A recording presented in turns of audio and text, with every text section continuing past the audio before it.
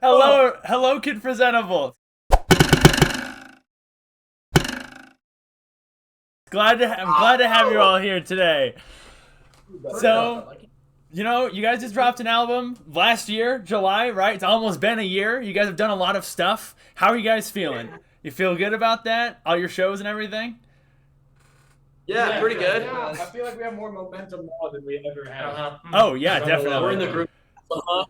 We do. So, you guys have been playing at the Pearl, actual venues, and you guys are playing at the Velour next week, right? How do you guys feel about that? Biggest venue, right? Yeah. Nervous.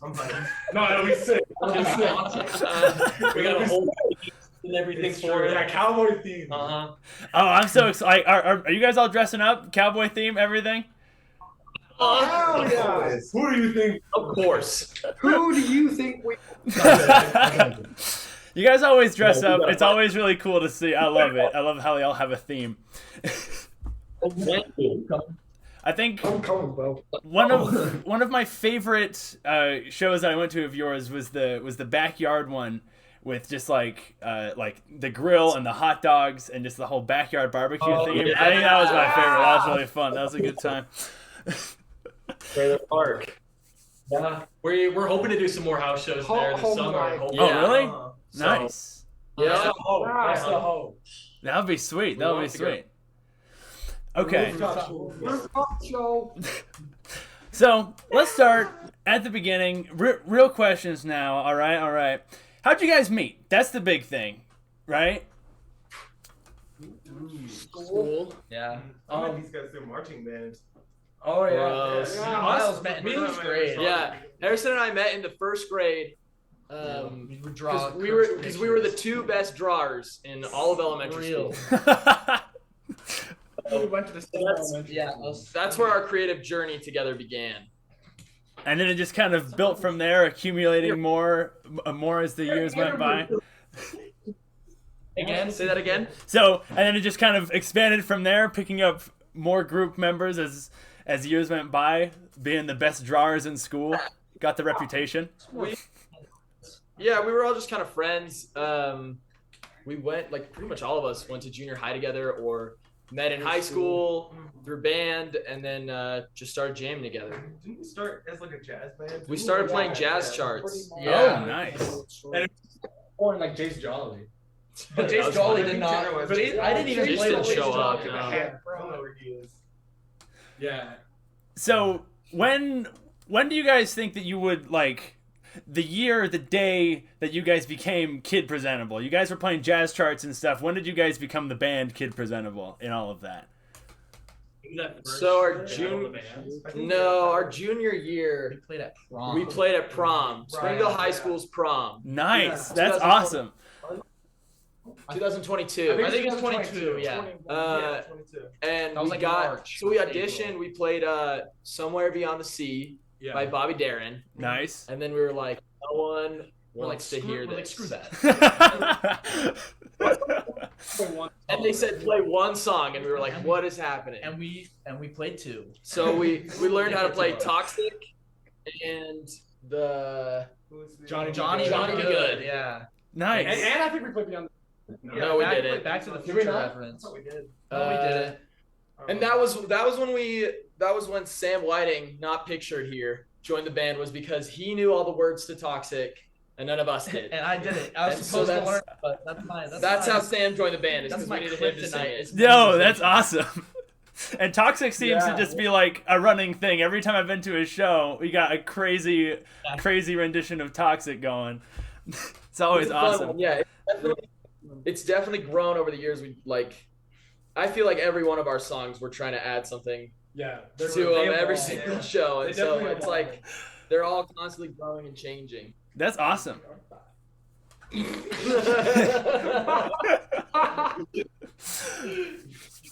All right, so you're bringing up the covers, Toxic and stuff, right? So on the album, what inspired you guys to do those specific covers? Because you have Boys Don't Cry and you have Chop Suey, right? Stuff like that. What inspired you to do those specific covers for the album? feel half of it was like time constraint because we didn't have a lot of time to get it done. We just already knew them. It's true. We were talking about this yesterday. It was like if we're gonna put out a shitty record, we better do it before we graduate high school. Because if we're not teenagers anymore, it's not cool to have a bad sounding album. And so yeah, Perrin's right. Time constraint was a big thing. What made it? Yeah, what made us decide on Chop Suey? I don't know. I have no idea. I think we started like because it was just really fun. Yeah. And we pretty much like arranged that like in the studio. Yeah. Oh, really? Yeah. That's awesome. Made up with that like on the spot. Just like written in a day and then recorded each part. Like, honestly, for being done in a day, it's not that bad. That's awesome. Oh, thank you. You're welcome. It takes a lot of balls to do Chop Suey, so you know, I appreciate the effort and I appreciate the balls for it.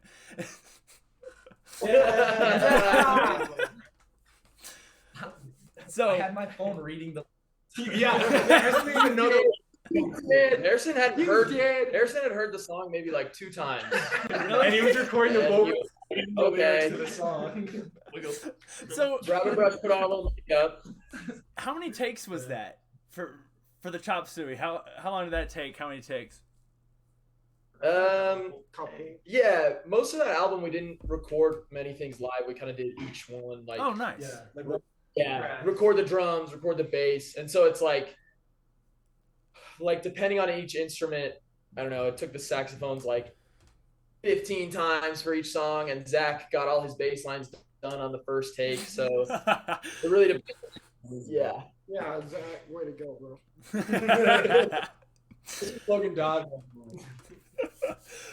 So, why are you guys called Kid Presentable? And does that, like, is there any contention with that? With that, there's already a band called Kid Presentable. Why did you guys choose that? Because you had a list of band names on your I have phone. a list of band names on my phone. I have probably 100, Yeah. 150 band names, and so we We just like went through the list. we're like, looking all shopping. through all of them. At that same prom, the DJ that was DJing it was like, "What are you guys called?" And so so we just picked it. We said, "That's the coolest one, Kid Presentable." Already. Yeah, we didn't know it, but we just stuck with it because it's a dope name. Yeah, there's some band in like Australia or something named Kid Presentable. Yeah, it gets kind of mixed up on Last FM, but hopefully they get separated sometime in the future. It's from the Simpsons episode, "The Homer They Fall." Oh, really? Yep.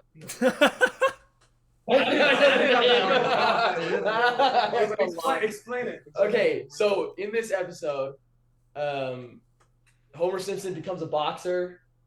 Classic hijinks ensues, and Moe Sislak, he's the bartender in The Simpsons. Yeah. He's great guy. He's gonna teach him. And they're like, "Moe, you used to be a boxer," and he said, "I was Kid Gorgeous, till I started losing some fights, and then I was Kid Presentable." And I'm like, That's us. I like that. That's really good. real shit. That's what Sam was Real shit. So, what would you say are your biggest influences?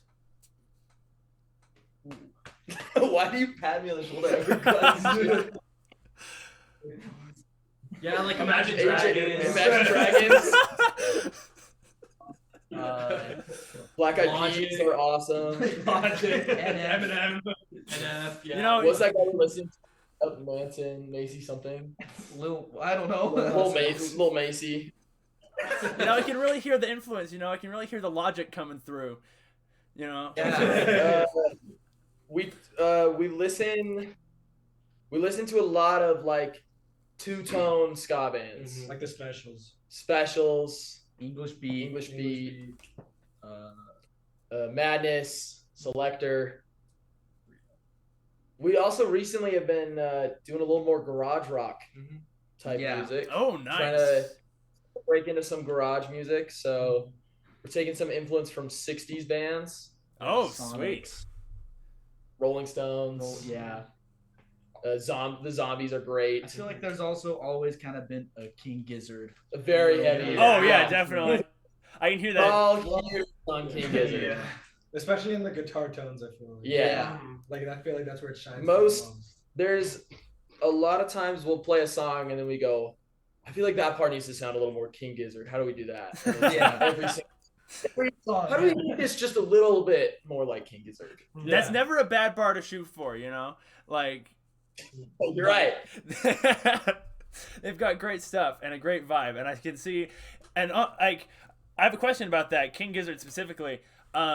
For the Ballad of Kid Mo, was that inspired by Eyes Like the Sky at all by King Gizzard? Oh yeah. Yeah, It's a total ripoff. It's a total ripoff. I wouldn't say a ripoff. I think it's its own thing. I like it. It's really cool. I love that one. and yeah, as we were recording that one, we kept like we were just listening to it over and over again. Yeah. Like how did they do? Like, how do we actually make it Yeah, count? how did they do it? And then we just copied it. That's awesome. Yeah. And that was, and like the narrator, was that one of your grandmas? I think I learned about that one time, right? It's our friend and manager of the band, Ian Jarvie's grandma. Whoa. Okay. She There's a good photo. is from somewhere in Texas, and so she has this nice old lady Southern drawl. Oh. And it was perfect for us to put on this song. And so we like go into her house and set everything up, and we get all the takes of the audio and we leave. And afterwards she goes, "No, Ian, what was that all about? What was that for?" And I don't think she heard it. So like I remember you didn't even like tell me that like we were doing that. And then you just like sent forward the group chat of like Grandma Jarvie hooked up with a microphone in her recliner. With, like the headphones. Yeah, and I was like, So, that was like that was the first time I've heard it. Yeah, that's a good photo. That's awesome. And Grandma like, I don't know, she did a bang up job. It was really cool. She did awesome. yeah. We'll tell her. We'll pass the message on. Thank you. Yeah, please do. Please do. Try So- to get her to come to this show. That would have been awesome. Is she Yeah, saying no she had to to live leave the band. appearances? Yeah. She wanted to make harder stuff. Dang. Disappointing. So, for the album, what was like the first song that you guys really wrote and were ready to perform for this album? Probably Rent a Rent a Girlfriend. Girlfriend, right? It's like the first one that we wrote, right? Yeah. I mean, yeah, we had been trying to write some songs and they were all like terrible. And I feel like what's the like song we made? Yeah.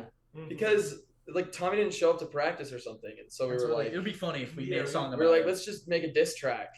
And then that was the one song that we were like, this is put together enough to perform for someone. And, Yeah. That's awesome. And what's your favorite song to perform live out of all the ones that you guys have written and made? dude, I like More Kissing a lot. around the horn. And Kid Mo. More kissing. Probably More Kissing. I'm gonna be More real. kissing. I think mine's Rent a Girlfriend. You think so? Yeah. Girlfriend's really fun. Well, it's because it's about you, Tommy. Well, I like If we get to this on.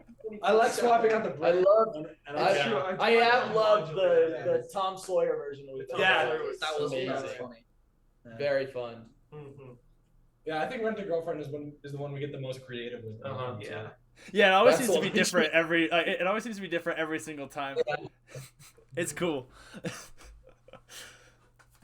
So, like Utah, you guys mentioned Utah, right? How has it been the music scene in Utah? It seems like you guys are just kind of entering that real space of music in Utah. How's that been for you guys?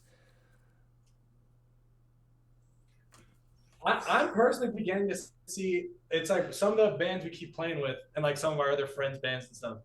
I'll see like posters of them playing. I'm starting to like see the bands that we played with in the past, like whatever that band was at the last pro show. Backspun.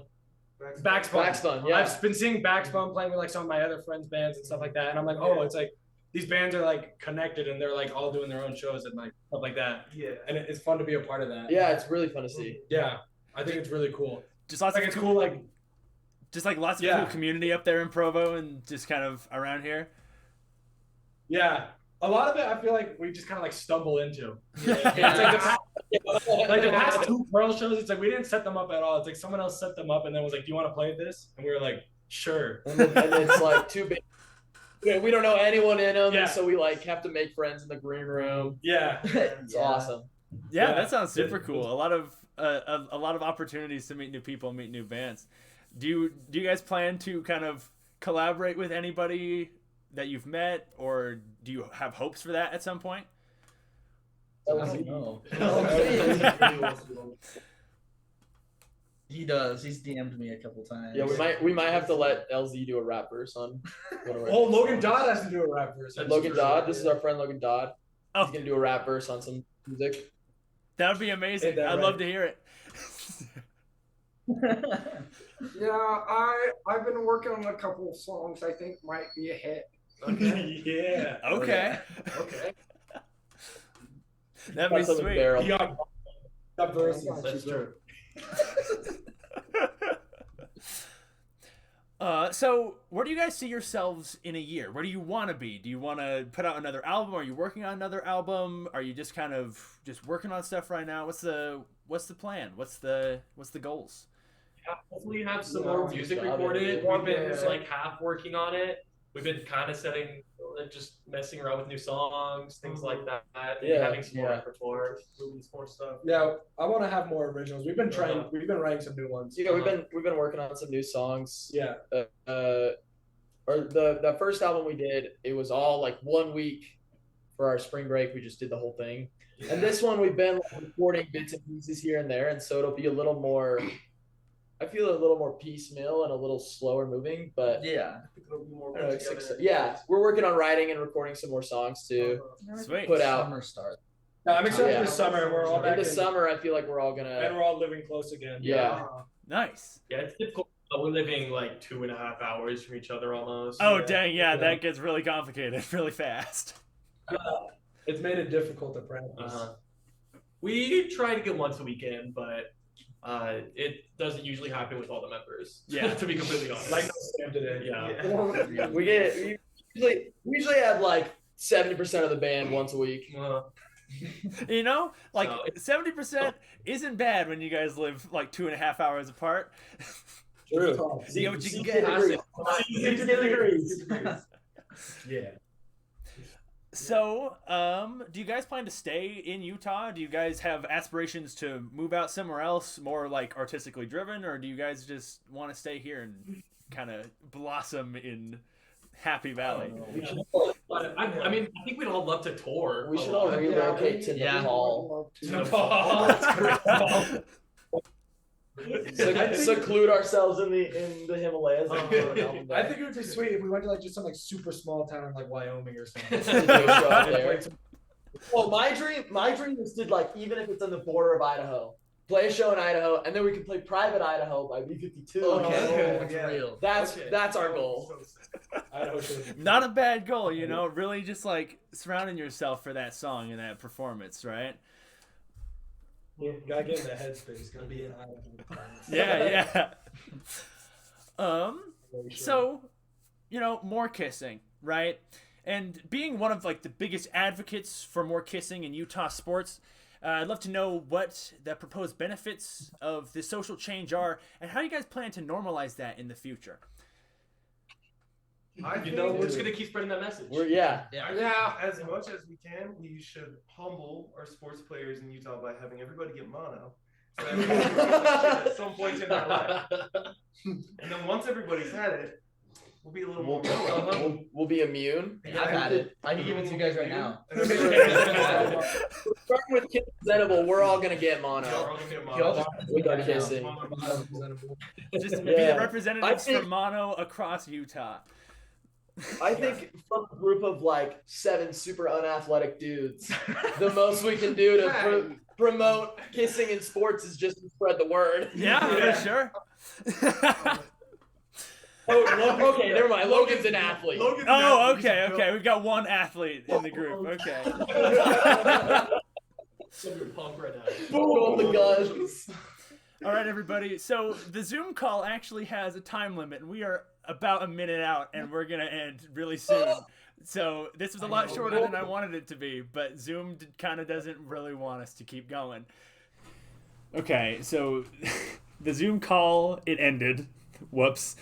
And then they called me on Instagram, which I then screen recorded and entirely unchecked the box that said to audio record. So I have the audio, so I have like the video, but I don't have the audio. So I'm gonna be playing that over the video right now. You can't hear anything though. Sorry. And sorry, Kid Presentable. That's my bad. I was not expecting that to happen, and I was panicking. But basically, what we discussed in that portion of the segment was, what do you want to do with the velour? What do you expect to get out of that? Basically, and they were really just saying that they wanted to use it as a branching out point and make a good impression. They want to go back to the velour, especially during the summer. And they just wanted to use it as an opportunity to get a bunch of other real venue signups so that they can do bigger shows, better stuff.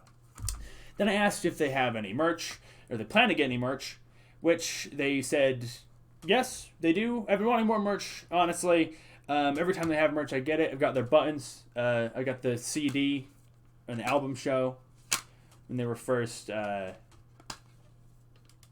doing that show. Had them sign it with little doodles. Pretty cool. But they said that they were planning to either make the track and field shirt, which is previewed right here on the front of the album cover, or get a big shirt with Tommy's face on it, really big. I hope they do the track and field one, but the Tommy one would be funny. And then I asked them if they wanted to say anything, plug anything. They really just said, we're Kid Presentable. Check us out on Spotify. Follow our Instagram, which is _Kid Presentable.